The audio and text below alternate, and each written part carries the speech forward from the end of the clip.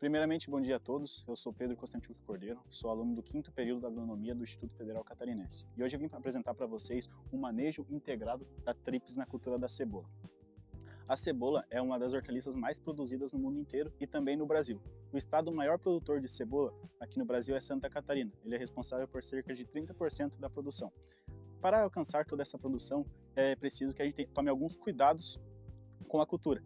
E um deles é o cuidado com as pragas. A gente vai falar hoje especialmente da tríplice, que hoje é a praga-chave da cultura da cebola aqui em Santa Catarina.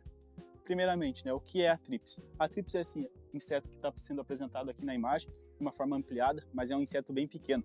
Ele tem cerca de 1 a 2 milímetros de tamanho. Isso é algo que dificulta bastante tanto a visualização dele na lavoura e também o controle. Por ele ficar, algo que dificulta também é ele ficar entre as folhas e dentro das folhas da cebola. É o que também dificulta bastante essa visualização e o controle. A tríplice é um inseto que é beneficiado por temperaturas, dias quentes e secos, que é algo que também ajuda bastante ela a se proliferar. Alguns sintomas apresentados quando há o ataque da tríplice é conhecido como prateamento foliar, que é causado pelo sistema bocal da tríplice, que é um sistema bocal de raspador-sugador, que ele vai raspar a superfície foliar e acabar absorvendo todos os nutrientes ali presentes. E aí vai causar esse sintoma como prateamento ou também branqueamento. E outro sintoma característico também da tríplice é o secamento do ápice da folha. A pontinha da folha vai entrar em necrose e vai acabar definhando de cima para baixo. E dessa forma, a área fotossintética da planta vai diminuir e causar uma menor quantidade de bulbos na lavoura, e também a qualidade dos bulbos vai diminuir bastante devido ao ataque dessa praga. E se essa praga não for controlada, ela pode ter um prejuízo de até 50% dentro do cultivo. E além de ela causar esse prejuízo mastigando e sugando as folhas, ela vai causar um prejuízo como um vetor de doenças também, principalmente de doenças que acontecem por vírus, que vão acabar infectando a lavoura. Por ela sugar a seiva, ela vai picando várias folhas diferentes e vai espalhando esse vírus assim pelo cultivo. Um vírus famoso é a sapeca da ceboleira, que vai espalhando assim pela lavoura e pode acabar diminuindo ainda mais a produtividade, sendo que essa produtividade pode ser perdida até 75% quando está ligado o tríplice com o vírus. E então é importante a gente conhecer o que é o tríplice e o hábito dele, para a gente saber a melhor hora de manejá-lo e também como manejá-lo de uma forma mais eficiente. Bom dia, meu nome é Heloísa, sou aluna do 5º período de Agronomia e eu vou falar do ciclo de vida do tríplice. O ciclo de vida ele é composto por 4 fases principais, sendo eles ovo, ninfa, pupa e adulto. Inicialmente, a fêmea deposita seus ovos entre as folhas da cebola. Depois vai para a parte da ninfa, que já é a parte que ocorre a alimentação e causa danos na lavoura de cebola. As fases de pré-pupa e pupa são as fases em que ocorre a transformação desse inseto até ele chegar em sua vida adulta. O ciclo de vida do tríplice ele é considerado um ciclo de vida rápido, principalmente se tiver em condições de clima favorável, um clima quente e um clima seco.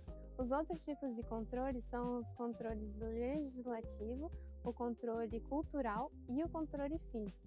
Um exemplo de controle físico é você fazer uma irrigação adequada na tua lavoura, uma irrigação por aspersão. A irrigação, ela aumenta a imunidade e, com isso, desabriga os tríplices dos meios foliares ali na cebola. No controle legislativo, nada mais é do que você seguir as normas fitossanitárias. Você ir lá comprar a tua semente, verificar se a semente ela é uma semente certificada, verificar também se você está seguindo todas as ordens do mapa. Boa tarde, meu nome é Vitor, sou estudante de agronomia do 5º período e vou falar para vocês um pouco hoje sobre manejo integrado de pragas, ou seja, o MIP. O manejo integrado de pragas é uma estratégia que combina diferentes métodos de controle para manter a população da tríplice abaixo do nível de dano econômico. O objetivo não é eliminar totalmente a praga, mas sim evitar que ela cause prejuízos significativos à produtividade e à qualidade dos bulbos.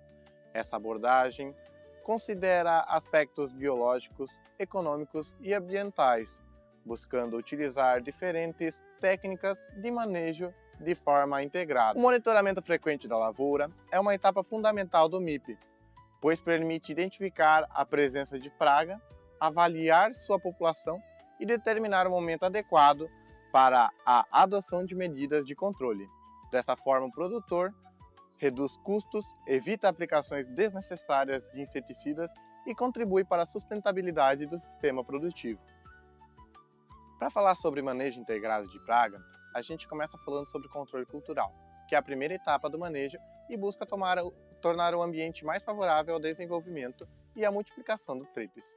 Entre as principais práticas estão a eliminação dos restos culturais após a colheita, o controle das plantas daninhas hospedeiras, a utilização de mudas sadias, a rotação de culturas e o manejo adequado de irrigação e manutenção da área limpa e bem manejada.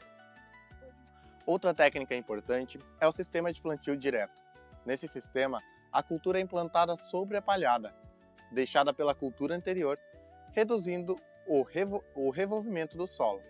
A cobertura vegetal ajuda a conservar a umidade, diminuir a erosão e favorecer a atividade de organismos benéficos presentes no ambiente.